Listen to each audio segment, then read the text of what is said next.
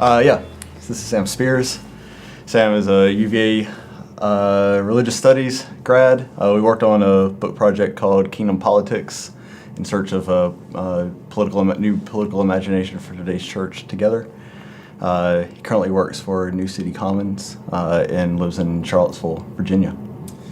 Chris is a Baptist scholar and theologian and one-time pastor. He is a PhD candidate at UVA, and Chris does work in political ecclesiology and theological ethics.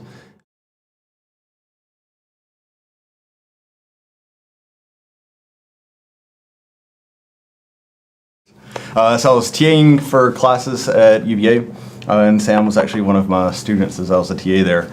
He was probably the second best writer that I had in my class 2 semesters in a row, and I felt like we had pretty similar writing styles, which turned out after working together to not be true at all. But I thought he was a good writer, and so at UVA they have this grant that's a grad student and undergrad grant, kind of research grant called the Double Who, and so I approached him about working on that and doing something along, with kind of church and politics. And so we put together a grant proposal and submitted it and got rejected from the university. But then Charles Marsh, who runs the project on Live Theology at UVA, really liked the proposal that we had put together and gave us a little bit of money to go to a couple churches just to look and examine the ways that they engage in political activities and think about politics. And then kind of liked what we had done, gave us a little bit more money, and then a little bit more, and then it turned into a 5-church project and a book proposal and a book. And we traveled to, made 10 trips to places all over the country. Had a couple laptops stolen, phones stolen. We started this project 4 years ago. Chris looked a little shaggier at that time, and the funny story that made it into the book was the first time I brought Chris over to the house I was living at the time.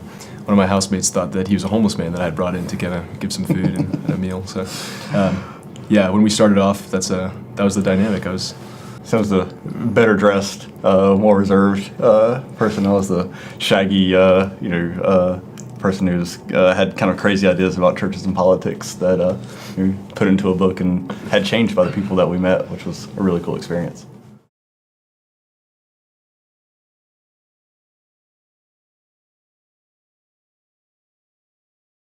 So when we were applying for this grant early on, one of the things we were talking about, it was an election cycle at the time. It was the last presidential election cycle.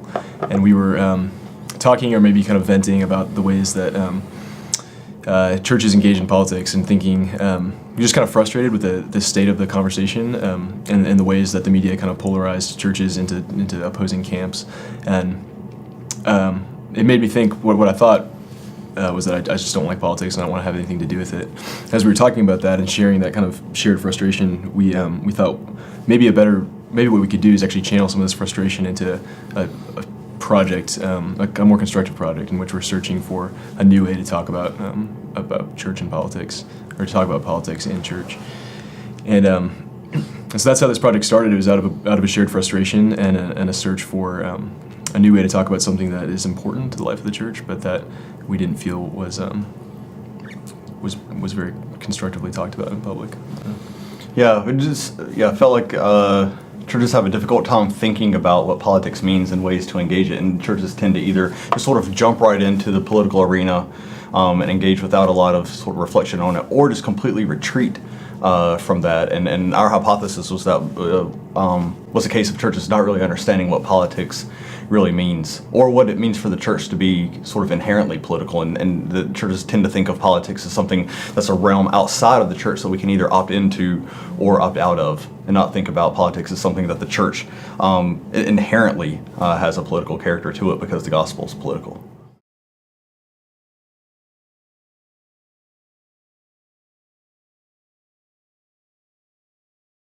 Yeah, so one of the things we were doing in this book is trying to argue for a kind of a broader and maybe older idea of the term politics. So rather than locate the meaning of politics in the kind of basically partisan framework that the American news media likes to corner us into, we wanted to argue that politics is really about the allegiance that we submit to, the citizenship that we claim, and the kind of way of life that we hold to as we pursue a kind of vision of the common good with and for our neighbors. And so understood on those terms, these politics is really about questions that the church can answer in better or worse ways, but can't avoid altogether. So politics is, we argued for a sort of Augustinian understanding of politics. Augustine describes the city as, the polis, as a collection of humans that are bound together by agreement as to the objects of their loves. And so understood as negotiation about objects of love and desire, this is like deeply tied to the kind of mission and identity of the church.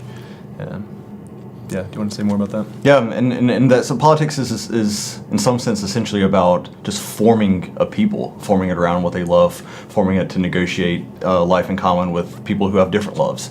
And both the state and the church do that, and sometimes in ways that are commensurable, and sometimes in ways that are antithetical. But it means that both of them, are political, and that the church just has a distinctly kind of inherently political nature. By the fact that Jesus came proclaiming a new kingdom, was crucified as King of the Jews, and called people to live in ways that in some ways were kind of against the values and way of life of Caesar. And so that continues today in the way that we're called to be the body of Christ in the world.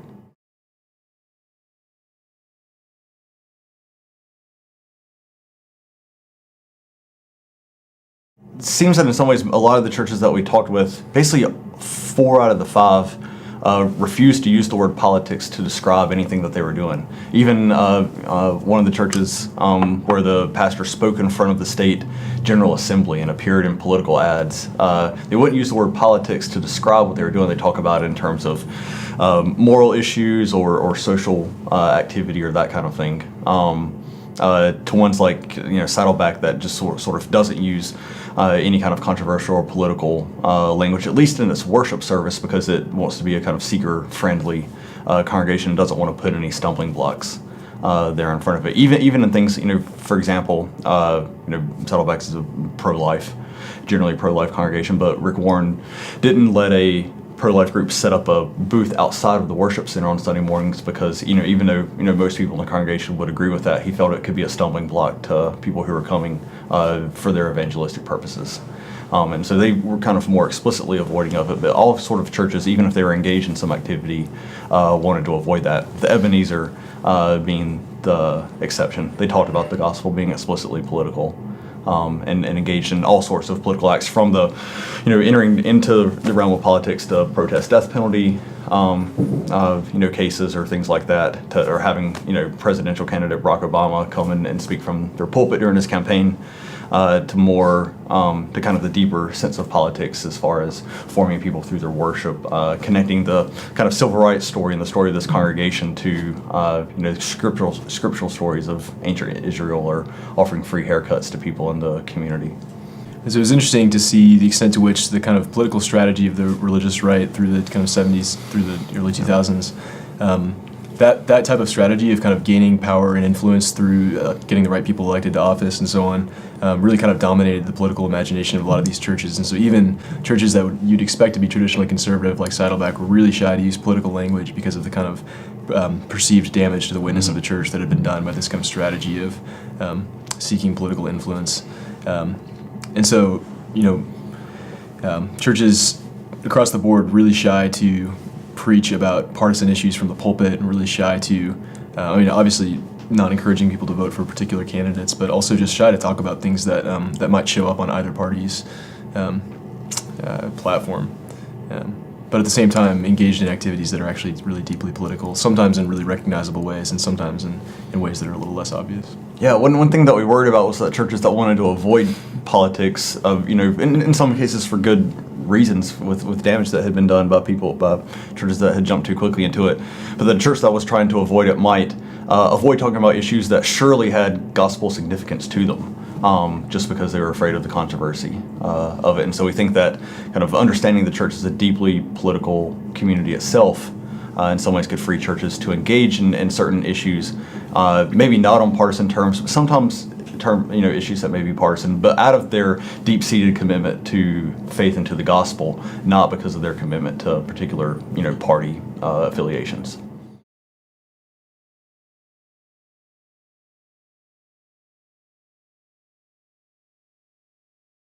Or a couple that I like. So one comes from the Presbyterian Church in Baltimore. Back in the 80s, the area that they were in had a lot of homeless people and a lot of homeless people who are HIV positive kind of around the church. And they would sort of come into the services on Sunday mornings and kind of sit at the back. And, kind of at this point in the 80s, people didn't really know how HIV/AIDS was spread. And so there was a certain stigma about it. And so they would kind of stay secluded in the back. The pastor of the congregation initiated the kind of liturgical practice of the passing of the peace, which the church had not done before, but did it so that people would go and greet the group of people at the back of the church and shake their hand and give them a hug, so that at least sometime during the week, this group of people who kind of went through the week without having any kind of human touch because of the stigma associated with HIV would be touched and shown a good hand. And so I think that a kind of liturgical worship practice like that that's initiated both, just for the kind of gathering of the community, but also for the political move of welcoming, outsider that, just doesn't get human touch during the week, and is a way to show the ways that kind of worship, can have political implications to it. Another good example comes from Prairie Street, the Mennonite Church in Indiana. The church is kind of being a Congregationalist Mennonite church, always has a practice of passing around a microphone at the end of the Sunday morning worship service where anybody in the congregation can voice a prayer request, can take as short or as long a time as possible, or as it takes. In the last few years, there's been a huge influx of Hispanic immigrants into the community, and several of the families have started attending the church, which creates some language difficulties, and the church was trying to figure out how to do kind of hybrid, Spanish-English service. But in the process of this, sometimes the families would offer prayer requests and talk about, a cousin who died crossing the border into the U.S., or a cousin or family member who was abducted in Mexico, or something like that. And so the encounter with this group of people through this regular kind of worship practice then led to kind of realization of new realities of people who are not just in Elkhart, Indiana, but elsewhere in places that are more troubled, which led the congregation both to set up a ministry to welcome these people into the community and into the church, and then even beyond that to start advocating on a state and national level for immigration reform. And so we like both of these practices as good examples of the kind of kingdom politics that we're talking about, because it's just ordinary, church practices that any church, in the U.S., may be doing currently, that because of, encounters with people led to both kind of internal political consequences, and led them then to kind of reach out beyond their community to try to affect certain political changes.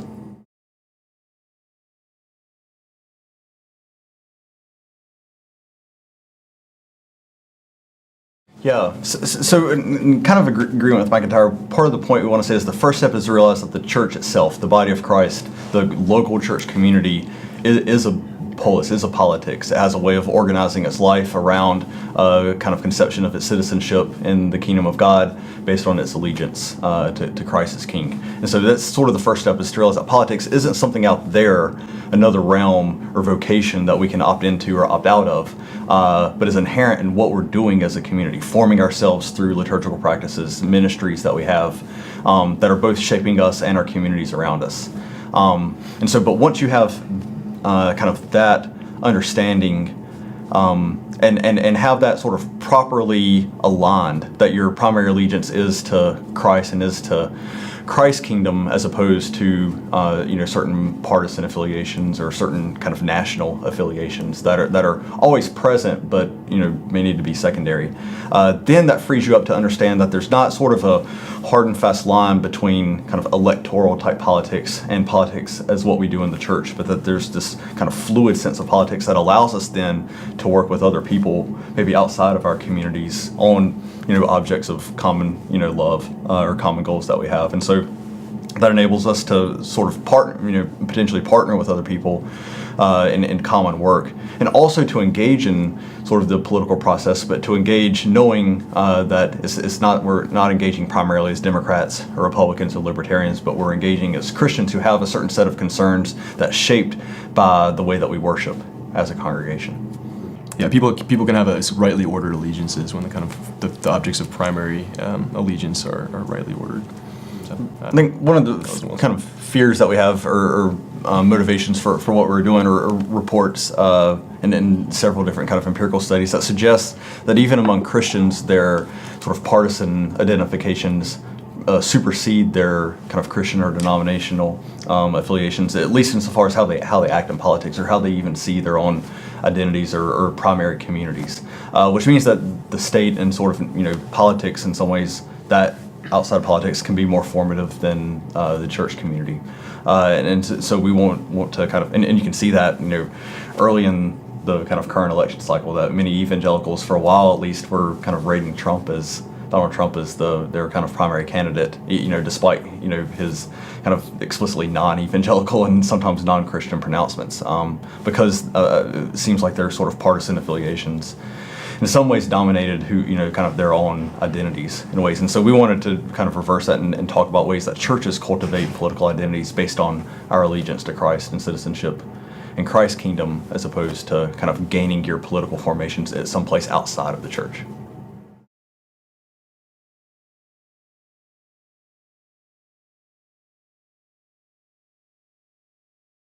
Yeah, so when we visited a church, we usually had some kind of connection with a pastor or a staff person there, and most of these churches were really generous in just allowing us to talk to as many church staff members as were available, and we were interested in a broader range of things than they maybe thought that we were initially, and so several of the churches thought, well, you just want to hear about our kind of direct engagement with our city council or our state legislature, right? And we're saying, no, we actually want to hear more about your missions practices and your worship practices, because we think these things can be deeply formative of kind of political impulses in ways that aren't obvious. And so we just tried to get as full a sense of each church's kind of life and mission and congregational identity as we could. Took multiple visits to almost all the churches, and just really tried to get a sense of what makes this church tick, and what kind of spiritual commitments are behind the activities that their people do regularly. I mean, one of the great things about the project was just meeting, really interesting people at all these congregations and churches, and the fact that they were welcoming to us and vulnerable, and give us their time to come in and talk with them. Some kind of highlights for that are here in Atlanta at Ebenezer. We sat in the office or kind of conference room right outside the old Ebenezer sanctuary and met with the choir minister and several elderly ladies from the choir who remembered young Martin Luther King being, sitting in the balcony, and one of them said, and Daddy King, he wouldn't start preaching until someone, if he didn't see ML sitting up in the balcony, would send someone to get him, to bring him back before he would start, the sermon. And so just to hear stories about these ladies who knew Martin Luther King as a kid, it's just amazing. Or meeting, talking to Tony Jones and Doug Padgett at Solomon's Porch, when I think Doug was either getting ready the next week or had just come from like a 100-mile race, that he goes and does, or, sitting in on a staff meeting with Rick Warren, at Saddleback. Those are all, really great times when we tried to, get as much of a sense of the congregation and the city and all as possible, which was great, especially in Southern California, where there are, a couple of nice beaches close by. We attended worship services at all these churches. We sat in on special meetings, like one church was having a what's at stake in the upcoming election meeting. We sat in on Bible studies and kind of small group discussions. And so we just try to be flies on a wall in some places and engage with people in others. So. Because part of the the point of the book is that worship and missions, these things that aren't always kind of directly described as political, have political meanings to them. So we would go and talk with them about things that like Sam said, may have confused people when they thought that we were just doing a kind of book project on politics.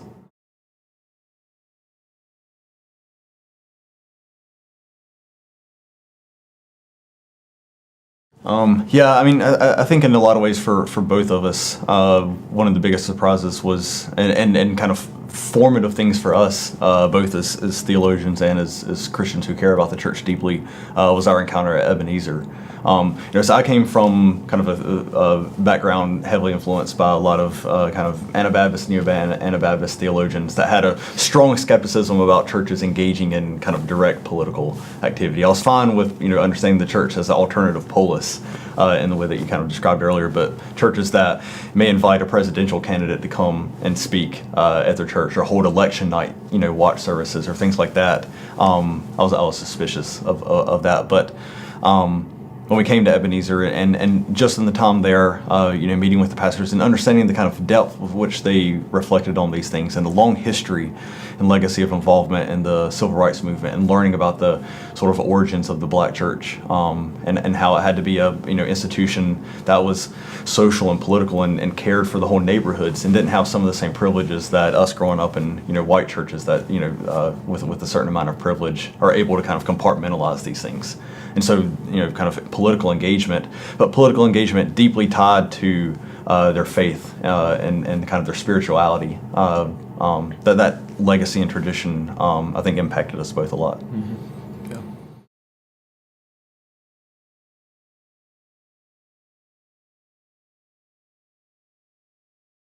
Yeah, so just a few responses from the churches. They've been really positive. One example is Prairie Street Mennonite in Elkhart, Indiana. Their pastor, Nelson Cravel, sent a really nice email to us saying he'd read the book, and that actually they were going to use the book in their I guess their strategic planning, kind of long-term planning. Long-term planning. And so that was really gratifying to us, because that was the whole point of this project, was to do something that might in some way be helpful to churches in understanding kind of their own congregational life. And we certainly learned much more from them than they from us, but it was really cool to see that was helpful to them. Mm-hmm. Yeah, and since the book's been out, we've had the chance to go talk to churches and groups of pastors in Virginia and North Carolina, kind of around where we are, and share stories that we encountered at these churches, and listen and hear stories from their own context and things that they're doing in their own kind of local communities that are really, really important political work that they're doing there also. So it's been fun to kind of always engage with people who are on the ground, who are doing this type of work in their congregations and communities that this maybe connects with.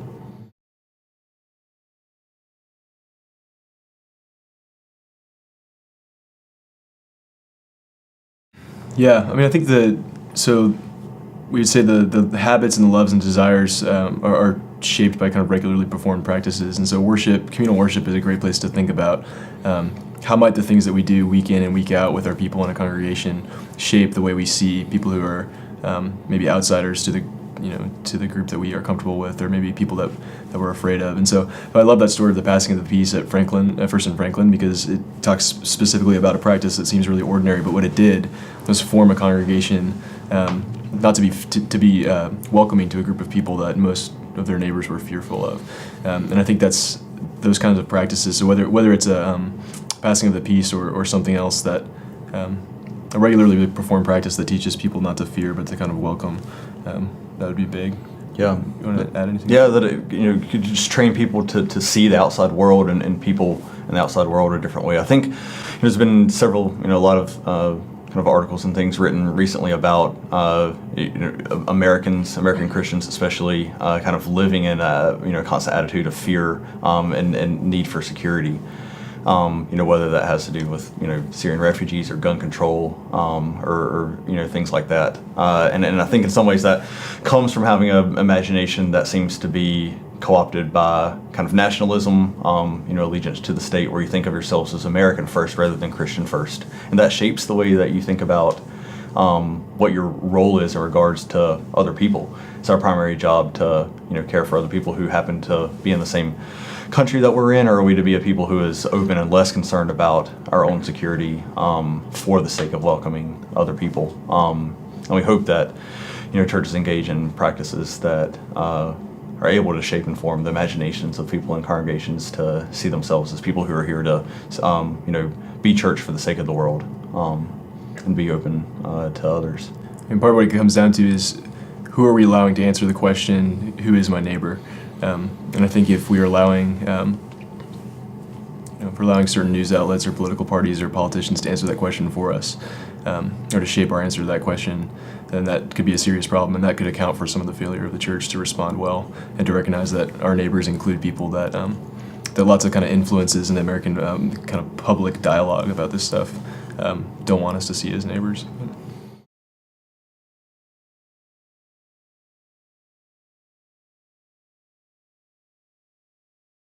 I think we're both really interested in the kind of actual reality of churches. We both grown up in churches, love the church, and as much as we love kind of theology, what we really love is theology put into the service and the practice of real people and real Christians. And so we grew up, or we were kind of at UVA being influenced by the project on lived theology, so Charles Marsh's institute there. And the idea is that theologians often don't pay enough attention to the actual kind of lived realities and on-the-ground practices of real congregations.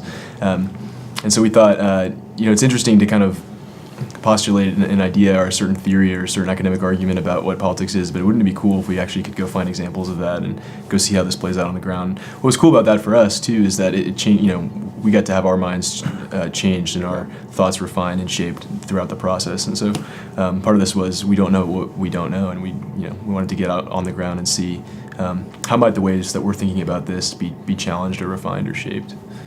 So Yeah. That's one thing. Yeah, I think that's right. I mean, yeah, being on the ground and just encountering people who are doing these things, at least for me, had a much more sort of formative impact and changed my mind more than sitting and reading a book and judging between Reinhold Niebuhr and Stanley Hauerwas in terms of what the church is supposed to do. But talking to Raphael Warnock and sitting in Ebenezer Baptist Church and talking sitting in a worship service at Saddleback and that kind of thing. And learning about missions in Rwanda and setting up free health clinics and things like this changes the way that you sort of view what it is. I think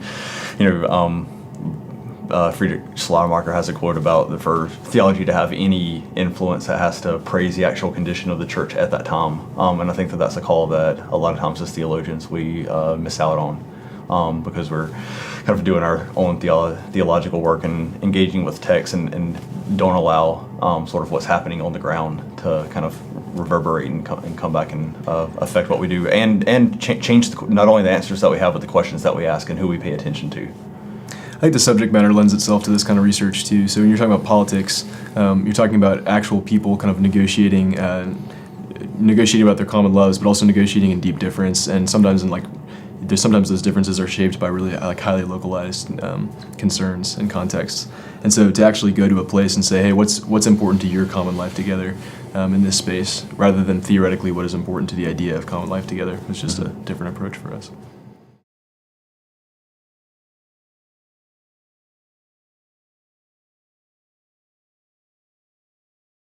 I mean, theologically, I was influenced a lot by Stanley Hauerwas, which shaped the way that I think about the church. Being political, and a lot of times people talk about ask kind of Hauerwas, where is this church that you talk about, or how does this play out sort of on the ground in congregations? And I hope in some ways, like maybe what we are able to do in this book is show ways that does happen, and maybe some ways that complicates it, where this vision kind of somewhat kind of elevated ecclesial vision just can't play out on the grounds, and what the sort of complexities of that are.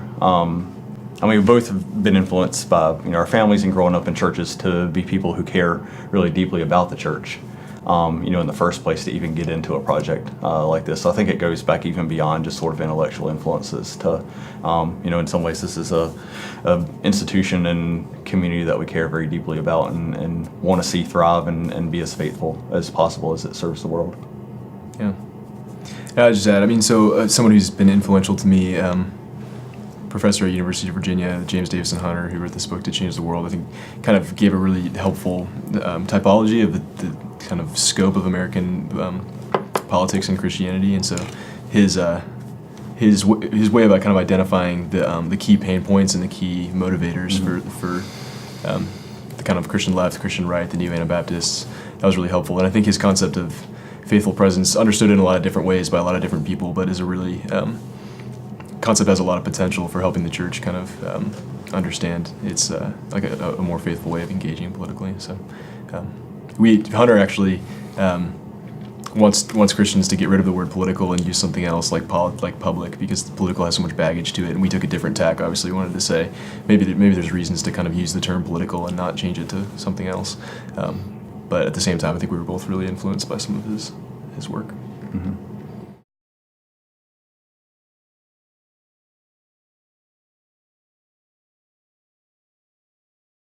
Yeah, there it is.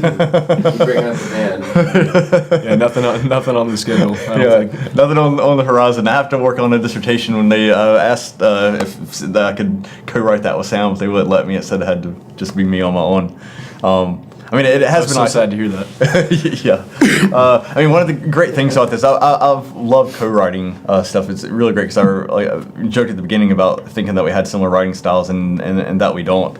But our styles like complement each other really well. So it's not only fun to kind of go and do research with another person, because then, as we try to portray in the book, we would go and have a meeting with a pastor, come out, have completely different perspectives on how we're reacting to that.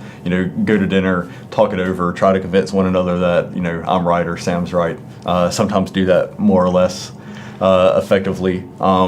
And then write about our disagreements and allow people who are reading the book, hopefully, who may side with one of us or the other one, to be able to kind of put themselves, into that. And then it's kind of worked out, in the writing, as well, to, have both of our influences and perspectives there for people to see. It just made it a really fun project to do. So hopefully, if anybody watching this wants to give us, a grant to go travel to churches, I think we would really like to maybe do Kingdom Politics of Hawaii or Kingdom Politics of the Cathedrals of Europe or something like that. I think it's a really... The Caribbean has really interesting political ecclesiology.